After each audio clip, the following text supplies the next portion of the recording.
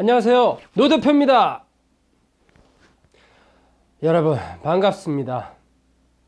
오늘은 별로 좀 기분이 좋지 않네요. 막 나오면서 부부싸움을 좀 해가지고 에이 진짜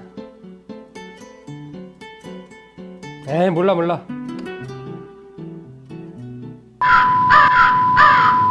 자, 하지만 어쨌든 기쁜 마음으로 촬영을 하도록 하겠습니다. 뭐 잘 되겠죠. 오늘은 어떤 이야기를 나눠볼까 하면요, 제가 살면서 물론 뭐 제가 많은 인생을 산 건 아니지만 그래도 벌써 한 반백년 정도를 살았는데요. 깜짝 놀라시는 분들이 있네요. 네, 동안입니다. 네, 감사합니다. 네.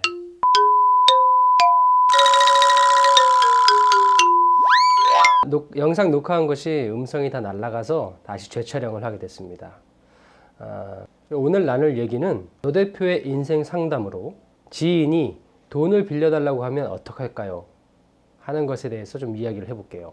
인생을 살다 보면은 정말 옛 어른들의 이야기가 틀린 것이 없다는 것을 알게 돼요. 저도 살아보니까 맞구나 하는 생각이 들더라고요. 사실 어렸을 때는 그런 생각을 잘 안 하죠. 와닿지도 않고요. 하지만 어느 정도 인생을 살아다 보니까 역시 그분들도 다 경험을 하신 거예요. 다 당해보고 너희들은 당하지 말라고 얘기를 해주신 건데 우리는 그걸 잘 모르는 거죠. 우리는 너무 그것을 간과하는 거죠. 여러 가지 이야기들이 있지만 저한테 가장 크게 그래도 와닿는 것은 두 가지가 있는데요. 첫 번째는 동업을 하지 말라. 두 번째는 지인과 돈거래를 하지 마라. 사람을 잊는다. 둘 다 뭐 당연히 경험을 해본 적이 있죠. 노 대표도 사업을 하면서 동업도 해본 적이 있었습니다. 뼈저리게 느낀 것은 역시 진짜 동업은 쉬운 일이 아니구나. 정말 친했던 그 지인하고의 관계가 좀 멀어졌을 때 정말 후회했었습니다. 사실 노 대표는 살면서 그렇게 크게 후회하는 일을 만들지는 않는데요. 그리고 후회를 안 하려고 하는 것이 저희 주의입니다. 그런데 동업을 했던 것은 좀 후회했었어요. 관계가 좀 소원해졌다가 다시 또 좋은 관계로 지내고 있어서 참 다행이긴 한데 정말 큰 위기였습니다. 이 동업에 대한 얘기는 오늘 얘기가 아니니까 나중에 차후에 다시 한번 얘기를 나눌 수 있도록 하고요. 오늘 얘기는 이 지인과의 돈관계, 이 돈거래.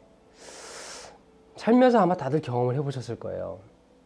노 대표도 살면서 아는 지인에게 돈을 빌려본 적이 그렇게 많지는 않은 것 같아요.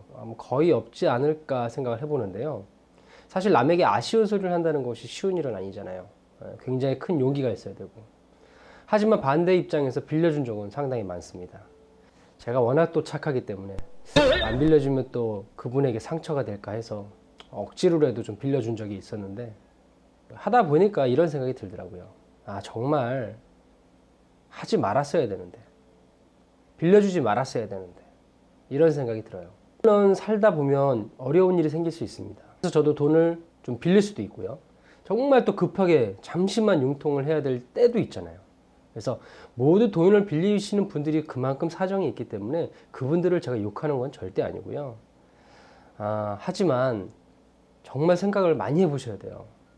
이 돈 관계 때문에 사람을 잃는 경우를 너무 많이 봤습니다. 정말 좋은 사이였고 정말 자기하고도 잘 맞는 사람이었는데 이 사람과는 평생을 같이 갈 수 있는 사람이었는데 그런 좋은 친구였는데 돈 관계가 시작되면서부터 어긋나기 시작하고 결국은 멀어지는 이 돈을 빌리는 사람들의 생각이 또 이런 게 있어요.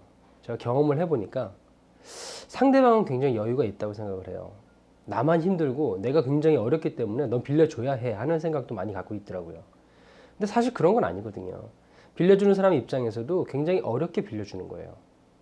또 처음에는 사실 돈 관계가 시작할 때 처음에는 굉장히 모든 것이 잘 이루어져요. 자, 일주일 정도만 나에게 돈을 빌려주겠니? 알았어, 빌려줄게. 빌려줬어요. 자, 일주일 뒤에 잘 갚습니다. 그리고 여기서 끝나면 참 해피한 건데 그 다음에 또 돈을 빌려요. 자, 이번에도 일주일 뒤에 줄게. 또 일주일 뒤에 빌려줘서 잘 갚습니다. 여기서 또까지 끝나도 괜찮은데 또 빌리고 또 빌리고. 자, 그러면 일주일 뒤에 준다는 것이 나중에 한 달이 되고요. 또 한 달 뒤에 준다는 것이 두 달이 되고요. 결과적으로 빌려준 사람은 속이 타고 전화를 해도 전화를 안 받습니다. 경험을 해신 분들은 지금 비수가 팍팍 꽂힐 거예요. 이런 일이 반복되다 보면 그 사람에 대한 실망감을 이루 말할 수가 없어요. 섭섭하고. 이 친구 굉장히 잘 안다고 생각했는데 이 친구가 나한테 왜 이럴까? 나한테만 그럴까? 결과적으로 그 친구하고의 관계가 굉장히 멀어지게 됩니다. 나중에 결국 뭐 포기하는 경우도 생기고요. 정말 안타깝잖아요. 물론 그 사람은 여튼 어떠한 사정이 있어서 돈을 빌렸겠지만, 그리고 또 생각해 보세요. 자, 돈을 빌렸어요. 갚았어요. 또 다시 돈을 빌려요. 또 갚았어요. 또 빌렸어요. 또 갚았어요. 도대체 이 돈은 내 돈입니까? 네 돈입니까? 계속 왔다 갔다만 하는 거예요. 사실 빌려주는 사람 입장에서는 계속 은행도 가야 되죠. 아니면 뭐 인터넷 뱅킹을 해야 되죠. 굉장히 번거로운 일들이 생기는 거거든요. 근데 그 사람은 그걸 몰라요. 물론 고맙다는 마음은 갖고 있겠죠. 하지만 결과적으로는 결과가 안 좋잖아요. 모든 게 과정도 중요하지만 결과도 중요해요. 근데 결과가 안 좋잖아요. 자, 그래서 제 생각엔 그렇습니다. 결론적으로 말씀드리면 지인과의 돈관계 정말 심사숙고하셔야 되고요. 가능하면 하지 마십시오. 뭐 다른 기타 방법을 사용하시더라도 저 사람을 놓치고 싶지 않다, 저 사람을 잃고 싶지 않다면은 안 하시는 게 일단 가장 좋습니다. 사람은 실수를 하지 않는데요. 돈은 실수를 합니다. 살다 보니까 그렇더라고요. 사업도 마찬가지입니다. 돈 못 갚고 결제 못하는 사람도 다 똑같아요. 그래서 좋은 팁을 말씀드리면, 어떤 지인이 저에게 돈을 빌려달라고 했을 때 정말 내가 빌려줄 수 있는 어느 정도 여유 자금이 있다면 주세요. 단 이 돈을 꼭 받겠다는 생각보다는 정말 이 친구가 정말 필요하니 내가 이 정도는 이 친구에게 줄 수 있어 하는 마음으로 주세요. 그리고 그 친구한테 얘기하세요.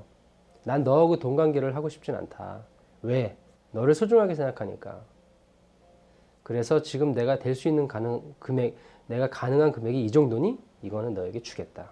네가 정말 갚을 수 있다면 갚고, 그렇지 못하고 해도 나는 너한테 뭐라 하지 않겠다.